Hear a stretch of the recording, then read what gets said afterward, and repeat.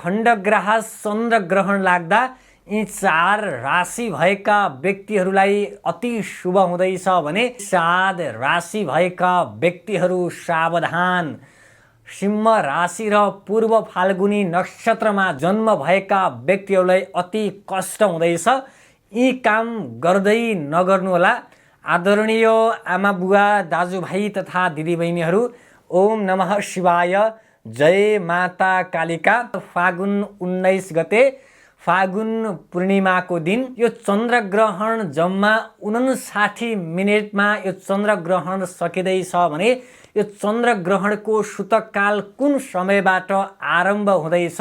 यो ग्रस्तोदित खण्डग्राह चन्द्रग्रहण फाल्गुन 19 गते मङ्गलबार बिहान 9:03 यो खण्डग्राह चन्द्रग्रहणको सूतककाल आरम्भ हुँदैछ भने सूतककालबाटै बालक, वृद्ध, आतुर, रोगी बाहेक अरूलाई भोजन निषेध गरिएको छ। तपाईँ वृद्ध हुनुहुन्छ, बालक हुनुहुन्छ, रोगी हुनुहुन्छ, आतुर हुनुहुन्छ भने तपाईँले भोजन गर्दा कुनै प्रकारको दोष लाग्दैन भने अन्य व्यक्तिहरूले भोजन गर्नुभयो भने चन्द्रग्रहण लागेको समयमा चन्द्रग्रहणको दोष तपाईँको जीवनमा पर्नेछ, तपाईँको घरमा पर्नेछ र तपाईँको जीवनमा अशान्ति मच्चिनेछ र यो चन्द्रग्रहणको सूतककालबाटै भोजन निषेध गरिदिनु होला। चन्द्रग्रहणको स्पर्श दिउँसो 3:34 चन्द्रग्रहणको स्पर्श आरम्भ हुँदैछ भने चन्द्र उदयपछि मात्रै यो चन्द्रग्रहणको स्पर्श आरम्भ हुँदैछ। यो चन्द्रग्रहण राति 6:03 राति 7:02 59 मिनेट यो ग्रस्तोदित खण्डग्राह चन्द्रग्रहण लाग्दैछ। चन्द्रग्रहण लागेको समयमा निदाउने काम, सुत्ने काम भुलेर पनि नगर्नुहोला र चन्द्रग्रहण लागेको समयमा भगवानको पूजा, आराधना, स्वस्ति शान्ति, ग्रह पूजा, घरमा कुनै प्रकारको फङ्सन आयोजना, विवाह, व्रतबन्ध यी कार्यहरू पनि चन्द्रग्रहण लागेको समयमा गर्दै नगर्नुहोला। त्यो दिन होली पर्वको दिन छ। यो चन्द्रग्रहण लागेको समयमा सक्नुहुन्छ भने बिहानबाटै होली नखेलेकै राम्रो। सूतककालभन्दा पछाडि नै, हुन त सूतककालमा होली खेल्दैमा कुनै प्रकारको दोष त लाग्दैन, तर पनि विशेष यो चन्द्रग्रहण लागेको समयमा होली खेल्ने, रङ दल्ने इत्यादि यी कर्महरू पनि नगर्नुहोला। र यो चन्द्रग्रहण लागेको समयमा निदाउने काम, सुत्ने काम, मैथुन आदि कर्महरू पनि भुलेर पनि नगर्नुहोला। खाने पिउने काम भुलेर पनि नगर्नुहोला। लङ टोयलेट, सर्ट टोयलेट, दीर्घसङ्कार, लघुसङ्कार, दिशा पिसाब इत्यादि यी कर्महरू पनि चन्द्रग्रहण लागेको समयमा भुलेर पनि नगर्नुहोला। र यो चन्द्रग्रहण लागेको समयमा कुनै नयाँ कामको आयोजना गरिरहनु भएको छ, कुनै नयाँ कामको आरम्भ गरिरहनु भएको छ, अथवा कुनै लामो यात्रामा हुनुहुन्छ अथवा कुनै ठाउँको यात्रा गरिरहनु भएको छ अथवा कुनै भ्रमणमा जाँदै हुनुहुन्छ भने पनि यो चन्द्रग्रहण लागेको समयमा यात्रा, भ्रमण, कुनै प्रकारका नयाँ कार्यहरू गर्दै नगर्नुहोला चन्द्रग्रहण लागेको समयमा। र यो चन्द्रग्रहण लागेको समयमा सकेसम्म कसैको कुभलो नचिताउनु होला।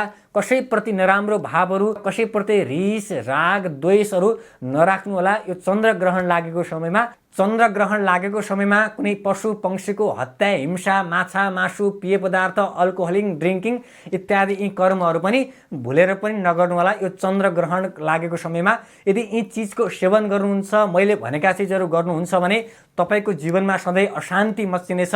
त्यो चन्द्रग्रहणको दोषले तपाईँको जीवन अशान्ति मच्चिने सङ्केतहरू देखिन्छ।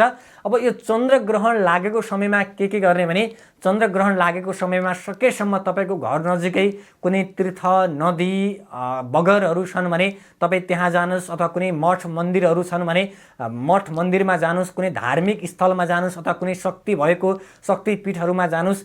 त्यहाँ गएर चन्द्रमाको मन्त्र जप गर्नुहोस् अथवा भगवानका नाम संकीर्तन, भगवानका भजन कीर्तनहरू चाहिँ चन्द्रग्रहण लागेको समयमा गर्नुहोस्। तपाईँको जन्मकुण्डलीमा कुनै प्रकारका नराम्रा ग्रहका दोषहरू छन्, कुनै ग्रहहरू पीडित छन् अथवा निज ग्रहहरू छन् भने ती ग्रहहरूको मन्त्र जप गर्नुहोस्। अथवा कुनै कामको आयोजना गर्ने थालिरहनु भएको छ अथवा ठुलो काम गर्दै हुनुहुन्छ भने अथवा कुनै लामो समयबाट कुनै कामहरू बनिरहेको छैन, कुनै कामहरू रोकिरहेको छ भने पनि चन्द्रग्रहण लागेको समयमा ती कामहरूको चाहिँ तपाईँले स्मरण गर्नुहोस् र ती कामहरूको कामना गर्नुहोस्। त्यसपछि त्यो कामना सँगसँगै भगवानको नाम संकीर्तन गर्नुहोस्, भगवानको नाम जप्नुहोस्, भगवानको भजन गर्नुहोस् अथवा गङ्गाजीमा गएर स्नान गर्नुहोस्।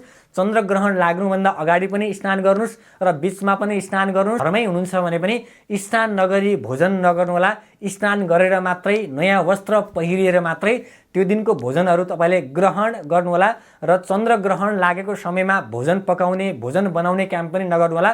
चन्द्रग्रहण सकिसके पछाडि घरमा स्नान गरिसकेपछि, पञ्चगव्य छरिसके पछाडि, शुद्ध जलले छर्किसके पछाडि, धूप हालिसकेपछि घरमा पूजा रामहरूमा नछुने, भगवानको मूर्ति नछुने, पूजा गर्ने स्थानलाई नछुने अथवा भगवानका फोटोहरूमा नछुने, छुट्टै बसेर भगवानको नाम जप्ने, भगवानको मन्त्र जप्ने, चन्द्रमाको मन्त्र जप्ने, कुनै गुरु दीक्षा छ अथवा चाहिँ गायत्री मन्त्रको जप गर्ने, यो गर्नुभयो भने तपाईँलाई पूर्ण सिद्धि प्राप्त हुनेछ।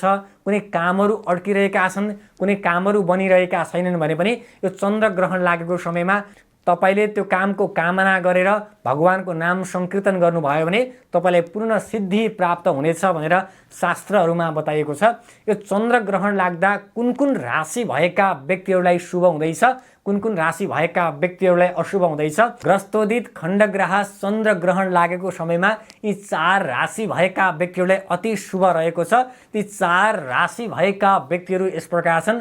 पहिलो राशि रहेको छ मिथुन राशि, दोस्रो नम्बर राशि रहेको छ तुला राशि, तेस्रो नम्बर राशि रहेको छ वृश्चिक राशि, 4औं नम्बर राशि रहेको छ मीन राशि। यी 7 राशि भएका व्यक्तिहरूलाई अशुभ छ, सावधान रहनुहोला। चन्द्रग्रहण लागेको समयमा यी 7 राशि भएका व्यक्तिहरू बाहिर हिँडडुल गर्ने काम, चन्द्रमामा हेर्ने काम भुलेर पनि नगर्नुहोला। यी 7 राशि भएका व्यक्तिहरू यस प्रकार छन्। हामीसँग पहिलो राशि रहेको छ मेष राशि, दोस्रो नम्बर राशि रहेको छ वृष राशि, तेस्रो नम्बर राशि रहेको छ कर्कट राशि, 4औं नम्बर राशि रहेको छ कन्या राशि, 5औं नम्बर राशि रहेको छ धनु राशि, 6औं नम्बर राशि रहेको छ मकर राशि, 7औं नम्बर राशि रहेको छ कुम्भ राशि।